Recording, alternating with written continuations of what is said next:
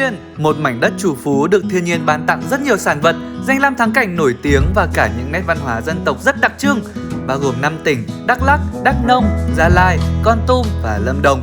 Tây Nguyên đã và đang dần trở thành vùng đất du lịch không thể bỏ qua. Điều khiến Ninh thích thú nhất đó chính là khí hậu vô cùng mát mẻ, cái nắng dịu nhẹ và đặc biệt là đâu đâu cũng có đồ ăn ngon. Trong chuyến đi 9 ngày 8 đêm lần này, hãy cùng Ninh Travel khám phá 3 tỉnh Đắk Lắk, Kon Tum và Gia Lai nhé! Nếu bạn đến du lịch Tây Nguyên mà không biết phải đi chơi ở đâu, ăn gì ngon và check in ở đâu đẹp, đừng quên theo dõi series Ninh Travel tại Tây Nguyên sẽ được phát sóng vào thứ 2, thứ 4 và thứ 7 hàng tuần trên channel Ninh Tito. Còn bây giờ hãy cùng khám phá với Ninh nhé!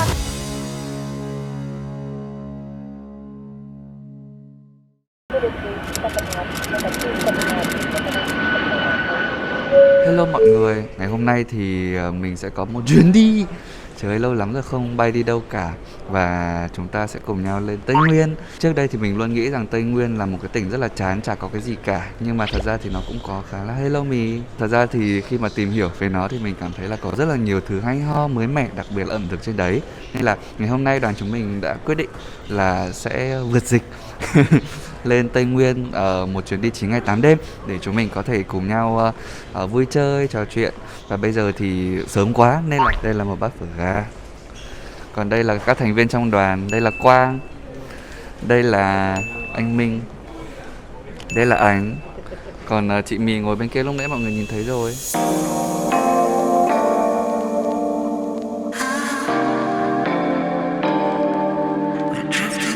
Hiện tại thì chúng mình đã hạ cánh xuống rồi. Sân bay ở đây thì nó khá là nhỏ và kiểu cũng đợi khá là lâu để lấy hành lý. Nhưng mà thực sự khi mà bước ra khỏi sân bay và cảm nhận cái không khí ở đây thì cảm thấy thực sự rất tuyệt vời. Cảm giác như kiểu gần lên đến Đà Lạt rồi, tại vì là cái không khí ở đây nó rất là trong lành và mát mẻ, rất mát luôn. Mình không nghĩ rằng là nó mát như vậy. Và địa điểm đầu tiên mà chúng ta sẽ dừng chân tại Đắk Lắk đó chính là Hồ Lắc. Hồ Lắc nằm bên thị trấn Liên Sơn thuộc huyện Lắk, là hồ nước ngọt tự nhiên lớn nhất tỉnh Đắk Lắk và cũng là hồ tự nhiên lớn thứ 2 Việt Nam sau hồ Ba Bể. Xung quanh hồ có những dãy núi lớn được bao phủ bởi các cánh rừng nguyên sinh, có Buôn Giun, có nhà dài của người Mơ Nông, biệt điện Bảo Đại và cả địa điểm mà chúng ta sẽ dừng chân đầu tiên trong chuyến đi lần này đó chính là Lac Ten Cam. Ta-da! Hiện tại thì Ninh đang có mặt tại giữa Hồ Lắc và ngày hôm nay thì chuyến đi đầu tiên của chúng ta tại Tây Nguyên thì mình sẽ dừng chân tại Lac Ten Cam. Cái này thì nó nằm ở ngoài thành phố Buôn, gió quá mọi người ạ. Nó nằm ở huyện Lắc và thực sự rằng là đến đây thì không khí như lúc nãy Ninh nói nó rất là thích luôn. Và mình đang rất là háo hức để xem là phòng nghỉ của chúng mình, những căn lều ở đây nó như thế nào và đồ ăn ở đây ngon ra sao. Cùng đi khám phá với Ninh nhé!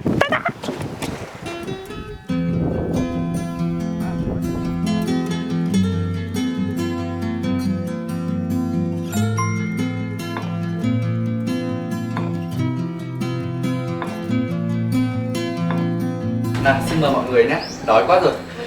Bây giờ cũng đã là 12 giờ 41 rồi và đây là bữa trưa đầu tiên của mình tại Buôn Ma Thuột. Đây là đậu sốt sả, không nhớ tên lắm. Chúng mình đã phải chọn cái món mà tối nay không có. Thơm mùi xả quá. Ngon á. Món này lại hơi mặn mặn nhỉ? Anh nghĩ là nó sẽ ngọt hơn một tí nhưng mà tốn cơm. Cái sốt này rất ngon nha mọi người. Đây, đẫm xả này.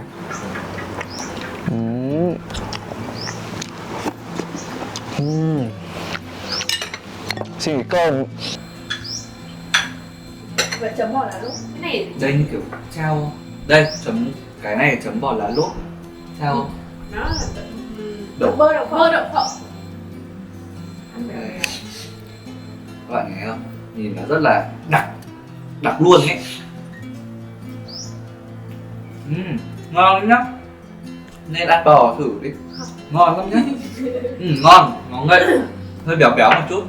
Nhưng mà cái chính là ấy, cái bò lá lốt ở đây người ta làm nó không bị hăng, mặc dù là nó vẫn tái tái. Đây là món gì nhỉ?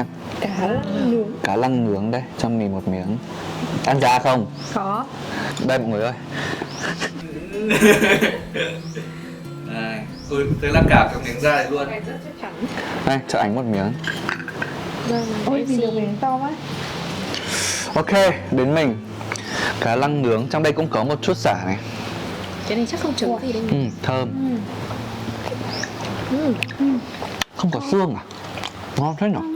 Ngon Da đấy. trơn thường thì rất ít xương. Ngon vãi. Mọi người có muốn ăn rang thì share lại này.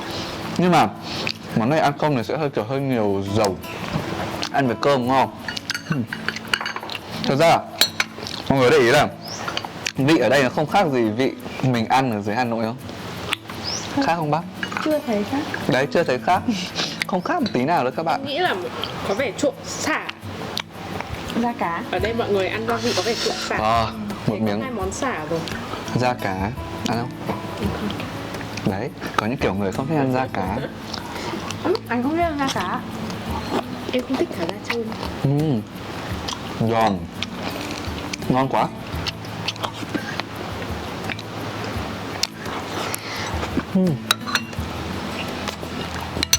Đây là cà tím nướng mỡ hành. Nghe Giống kiểu hàu nướng mỡ hành. Ngon thế. Yeah. Ôi, cái Ngon. Cheers các bạn quay phim luôn nhá. Cheers. Cheers.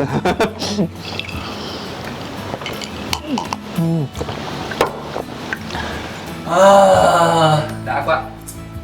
Cảm ơn vì một bữa ngon nhé.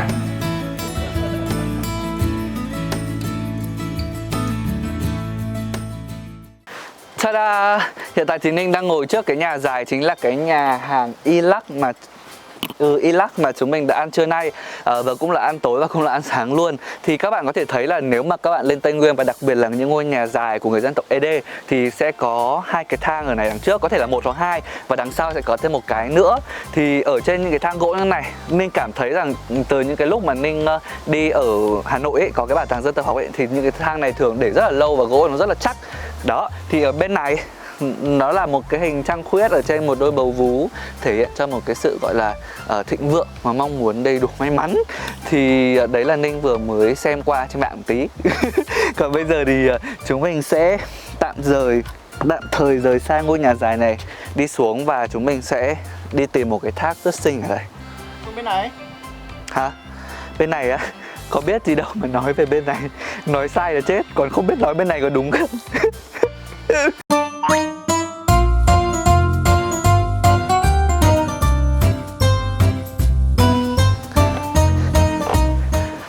Ta-da! Vậy là mình đã xuống được cái thang này. Và bây giờ thì mình đã quá là sảng khoái và thoải mái để mình có thể đi ăn rồi. Mình đi leo thác. Kìa, chưa gì đã chạy. Bây giờ thì chúng mình sẽ đi vườn cacao. Nhưng mà thực sự là mình không biết là mùa này thì chắc là không có đâu, bởi vì mùa này đang là mùa tiêu, không biết có cacao không. Nhưng mà mình cũng muốn xem là quy trình để sản xuất từ cacao ra thành bột, xong làm sô-cô-la như thế nào. Đố các bạn biết ra, Ninh không biết. Đó mọi người thấy không? Đấy là quả cacao lúc là đã chín, còn kia là đang ngà ngà này. Đấy. Nhiều phết nhá, mấy cây nhỏ nhỏ nhìn thấy mà nhiều phết. quả bên kia đen xì luôn rồi. Thơm lắm nhá, cacao thơm lắm nhá các bạn. Có mùi mà.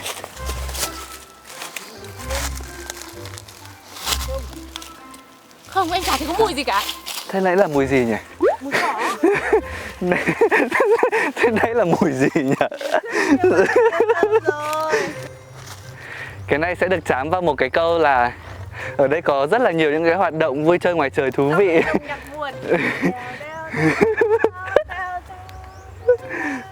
Thật ra thì mình cũng không thể kỳ vọng được là ở một cái khu mà giữa núi rừng hồ biển như thế này mà lại có nhiều trò chơi mà người ta lại không tác động quá nhiều đến môi trường. Nên là đạp xe ở trong phòng gym nó không mệt bằng leo dốc như thế này đâu. Chỉ đạo diễn xuất từ xa, vút lên. Đây, Ninh sẽ lấy một miếng nữa. Cái phần trắng nó ra nước và nấu uống, nó có cái vị giống như rượu nhẹ. Mình nói rồi, trên đây không có gì đâu. Các bạn lên đây ăn ngon. Cái bữa trưa nay mình phải công nhận là ngon nhá. Mà giá cả trên đây mình thấy khá là hợp lý. Canh cơm các thứ, cả tổng bữa trưa nay nó rơi vào khoảng tầm 600-700 ấy. Mình có thể vào nhà uống một cốc nước hay mình không tiêu. Được.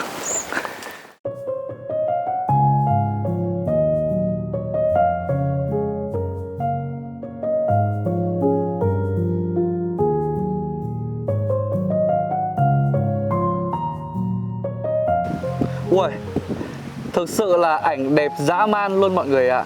Ninh nghĩ rằng là nếu mà bạn nào thích chụp ảnh sống ảo, đặc biệt là những bạn nào mà đến đây với một bộ trang phục màu trắng, màu hơi be be hoặc là màu vàng thì thực sự rất là nổi bật. Ninh ngày hôm nay mặc thế này đã đủ nổi rồi đấy. Đó, và bây giờ thì đang là 16 giờ 49, cũng đã sắp hoàng hôn rồi. Góc này thì không phải là góc ngắm hoàng hôn, nhưng mà các bạn thấy không, ánh sáng góc này rất tuyệt vời. Đấy, hãy đến đây để check in sống ảo. Còn về cái lý do thì chắc là Ninh cũng chưa nói từ đầu tại sao Ninh lại đến Tây Nguyên. Tại vì khi mà nhắc đến Tây Nguyên ấy thì mọi người thường nghĩ đến rồi cồng chiêng, nghĩ đến nhà rông, nghĩ đến người dân tộc Ede, rồi cưỡi voi các thứ, đúng không? Nghĩ rất là nhiều đến những cái đó. Nhưng mà nhắc về ẩm thực thì liệu mọi người có nghĩ đến cái gì ẩm thực ở trên Tây Nguyên không? Đấy là cái lý do lớn nhất để Ninh thôi thúc Ninh cùng với cả team của mình lên đây để quay. Và Ninh nghĩ rằng là trong cái quá trình mà Ninh tìm kiếm thì có rất là nhiều những cái món ăn mà chúng ta có thể khám phá được. Tất nhiên rằng ở đây, ở Lac Thèn này thì mình thực sự cảm thấy là đồ ăn nó khá là hợp khẩu vị của mình. Nhưng mà thực sự trong cái chuyến này mình cũng muốn đưa các bạn đến những cái nơi và chúng ta có thể khám phá cách làm và khám phá cái văn hóa, tại sao họ lại ăn món đấy và món đấy ngon ở cái gì, đặc biệt ở cái gì. Thì đấy là mục đích của chuyến đi này. Đó, bây giờ thì mình đang ngồi uống cà phê và ngắm cảnh. Này, nói thật nhá, ở đây đi các đôi ấy mà chắc là sẽ rất là lãng mạn đấy. Và Ninh thấy là có rất là nhiều phòng cho đôi, một giường đơn, một giường đôi để các bạn nằm chill ngắm hồ, ngắm các thứ, cảm thấy rất là tuyệt vời. Và khi mà đến Lac Thèn này thì mình cảm thấy rằng là đủ cả về cơ sở vật chất các thứ, nó đủ để mình cảm thấy thoải mái. Và Ninh không biết là về tối thì nó có lạnh không, tùy mùa, nhưng mà cảm giác kiểu khá là thích thú đấy. Đi một mình thì hơi buồn một chút, nhưng đi hai mình trở nên là vui rồi. Lúc đầu thì chúng mình cũng định là thuê ô tô để đi trong tỉnh và đi giữa các tỉnh, mang cảm giác kiểu như là cả nhóm kiểu hừng hực lên. Nhưng mà nghĩ lại thì chúng mình sẽ di chuyển ô tô giữa 3 tỉnh thôi. Lần này chúng mình đi 3 tỉnh, thứ nhất là Đắk Lắk, thứ hai là Pleiku và thứ ba là Kon Tum. Đó, còn trong những cái tỉnh đấy chúng mình sẽ thuê xe máy và phượt.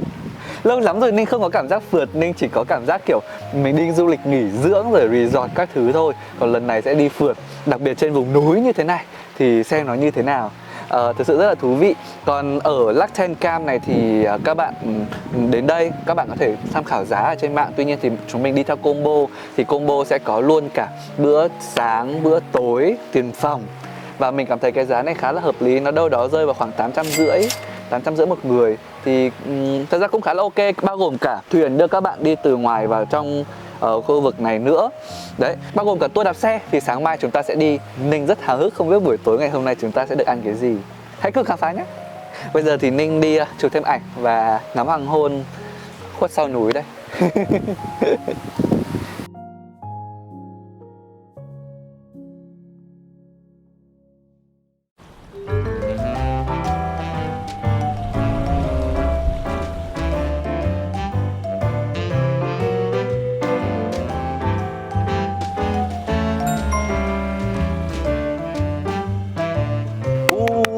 Đến bữa tối rồi các bạn ạ. Và bây giờ thì chúng ta sẽ ăn ở bên bờ hồ. Ăn ở bờ hồ.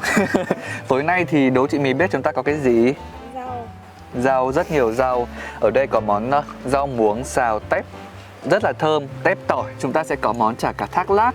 Ở đây sẽ là thịt nướng ống tre. Và chúng ta sẽ ăn với cả ở đây như là kiểu cơm lam. Đó. Và ở đây chúng ta có một đĩa rau rừng xào. Ta-da! Không biết các bạn nhìn thấy không? Rau rừng xào nha. Chúng ta sẽ có một bát canh canh mướp với cả rau tập tàn. Trong đây có rất là nhiều các loại rau mọi người ạ. Và chúng ta có bát cơm. Ok, ăn đi. Xin mời. Chúc các bạn một buổi tối thật là ngon lành nhé. Và thực sự ngồi đây cảm giác này rất là thích. Chiều nay ngắm hoàng hôn cũng đẹp cơ. Mình sẽ ăn thử chả cá trước. Xin mời nhá. Mời cả nhà. Em sẽ thử cái rau rừng này xem sao. Chả cá rất là thơm. Nhưng mà ra đây gió nó bạt nên là nguội hết rồi. Ngon đấy, chả cá rất ngon nhá. Ngon uống ngon lắm. Mình sẽ ăn thử tép. Thơm nhá. Tép thơm quá.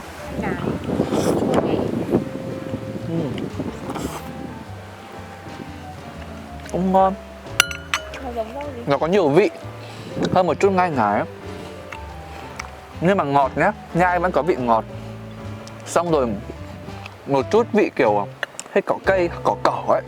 Khá ngon, lạ, có cả tỏi nó khá thơm nữa. Nhưng mà hơi nhiều dầu. Ở đây một số món xào là hơi dầu đấy. Sao à? Đây là món thịt nướng ống tre. Mình sẽ ăn thử nha. Ui. Vị ở đây nó rất là Hà Nội, rất là Cái này là gì? đồng bằng, tương ớt ạ. Cái này không phải là xào đâu. Thế á? Chung là ngọt. Cơm lam đây mọi người. Trong đây nó sẽ là nếp. Hai cái này là giống nhau. Mình sẽ ăn thử một chút nhé. Những viên mà không có nhà gì đấy. Ngon quá. Dẻo, vẫn hơi ấm một chút. Xin mời.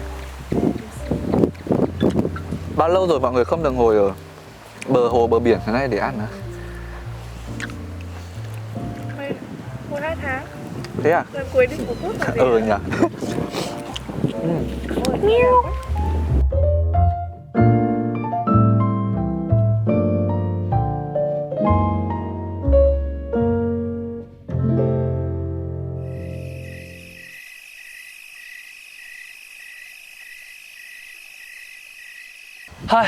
Vậy là cũng đã sắp kết tập 1 rồi. Tập này thì Ninh không biết là khi mà dựng lên nó như thế nào, nhưng mà cảnh ngày hôm nay khá là đẹp.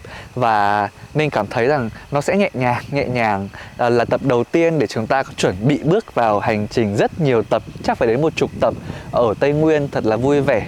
Và khám phá thật nhiều thứ hay ho, đặc biệt là về văn hóa ẩm thực của Tây Nguyên. Có rất nhiều bạn trong giai đoạn vừa rồi có nhắn tin hỏi Ninh là anh ơi tại sao lâu lắm rồi không thấy anh comeback, anh lên clip, không biết anh có bị làm sao không, rồi dạo này anh như thế nào. Thì mình rất xin lỗi vì mình không thể trả lời được hết tất cả các bạn. Thật sự thì với cá nhân của mình thì đấy cũng là dịp sau khi mà Ninh lên cái series Live a Faith, là cái series mà Ninh chia sẻ về quãng đường 5 năm của mình ấy. Thì mình cũng muốn nghỉ ngơi, thực sự là nghỉ ngơi luôn, không cố gắng gồng gánh cái gì để lên clip cả, và tập trung cho một cái dự án của mình, tạo tiền đề trong tương lai. Năm nay thì Ninh sẽ không quay nhiều quá đâu, Ninh sẽ tập trung vào những chuyến đi du lịch, vì thực sự đây là điều mình rất là muốn. Và chắc chắn rằng cái series này Ninh sẽ cố gắng hết sức để nó hay nhất, cũng như là tất cả những cái series du lịch khác. Thì hy vọng các bạn đón nhận nhé. Còn bây giờ thì Ninh xin phép mình off và mình sẽ về phòng ngồi ban công ngắm sao, nghe tiếng dế kêu, tiếng hồ đưa đẩy, và chúng ta sẽ có một đêm thật ngon giấc. Chúc các bạn ngủ ngon. Bye. Ta băng qua bao núi, ta băng qua bao đèo, em như con suối xanh trong ổ lêu.